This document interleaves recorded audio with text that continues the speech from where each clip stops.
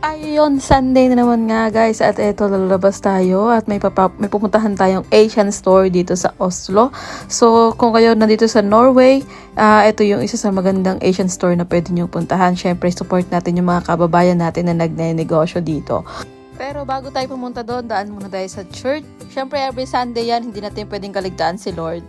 So, ayan nga, Asian store nga to dito sa Oslo, Norway. Pero ayan, hindi lang puro Pilipino food yung binibenta nila dito. At kung na-miss nyo nga ang mga pagkain Pilipino, ang mga pagkain na gusto nyong lutuin, dito nyo lang makikita yung mga ingredients na hinahanap nyo. Tara, ikutin natin. Ano nang binili mo, Day? Banana ketchup. Wala sila nito dito. Oo. At kung na-miss nyo nga yung mga kape natin sa Pilipinas, nandito nyo rin yan makikita. Energen and Copico. Marami pang iba't iba. Kung mahilig din kayo sa chichirya na namimiss sa Pilipinas, dito nyo rin yan mabibili guys. At syempre dahil nga bread is life dito, meron dito kayong mabibiling mga palaman na lagi nating hinahanap sa Pilipinas at natitikman.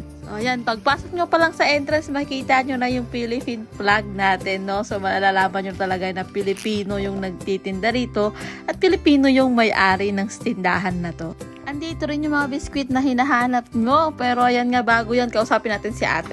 Gusto sabi nyo, ang kapag. Kakalabanin ka pati. O yan daw, nagpaalam na ako. Siguro mga after 3 years ko. Dito po kasi magkakapatid eh, so yun. May twins ba dito? Ay, ang galing. Yung may lalaki din nagbabantay dito eh. Ibig sabihin, te, Wow! Grabe! Wow! 4 na lalaki. Wala, ang galing nun. So magkasunod lang? Pwede pala yun, te. Oh my gosh! Kasalahin nyo talaga. Wow, ang galing nun. Pero ang hirap nun no, dami mo pag nag-ano ka. Pag nag-anak ka daw, Mhm. 4 plates sa'yo. Hindi, getting walo. Ang galing. Hindi 10. Oh, ayun. Alam nyo na kung bakit Twin Store ang pangalan ng tindahan nila ate dito.